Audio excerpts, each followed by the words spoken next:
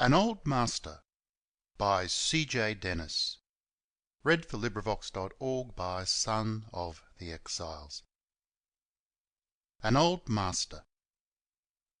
We were carting laths and palings from the slopes of Mount St Leonard, with our axles near the road bed and the mud as stiff as glue, and our bullocks weren't precisely what you'd call conditioned nicely, and me and messmate Mitchell had our doubts of getting through. It had rained a tidy skyful in the week before we started, but our tucker bag depended on the selling of our load, so we punched 'em on by inches, lifting 'em across the pinches till we struck the final section of the worst part of the road. We were just congratulatin' one another on the going when we blundered in a pothole right within the sight of goal. Where the bush track joins the metal, Mitchell, as he saw us settle, justified his reputation at the peril of his soul.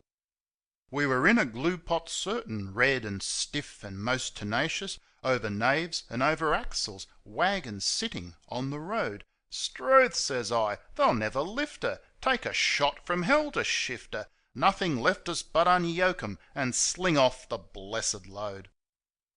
Now, beside our scene of trouble stood a little one-roomed humpy, home of an enfeebled party by the name of Dad McGee. Daddy was, I pause to mention, living on an old age pension since he gave up bullock punching at the age of 83.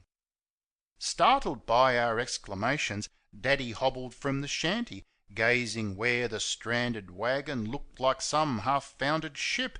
When the state of things he spotted, "Looks," he says, "like you was potted."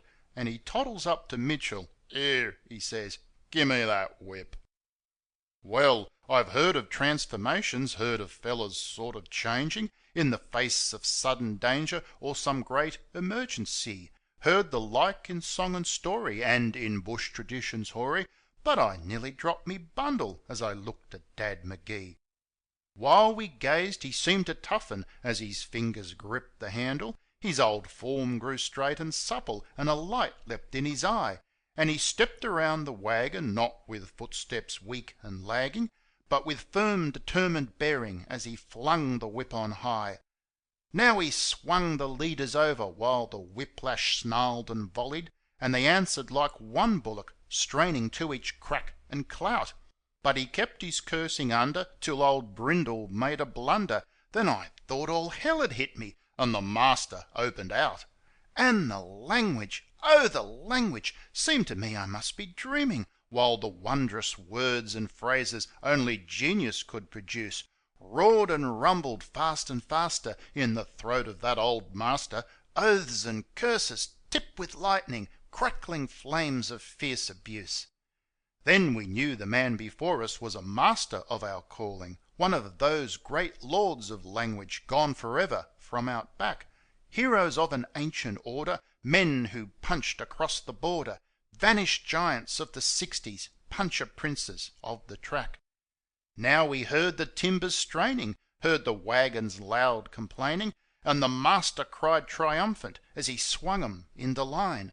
As they put their shoulders to it, lifted her and pulled her through it. "That's the way we used to do it in the days of '69. Near the foot of Mount St Leonard lives an old enfeebled party who retired from bullock punching at the age of 83. If you seek him, folk will mention merely that he draws the pension, but to us he looms a master prince of punchers, Dad McGee. End of poem. This recording is in the public domain.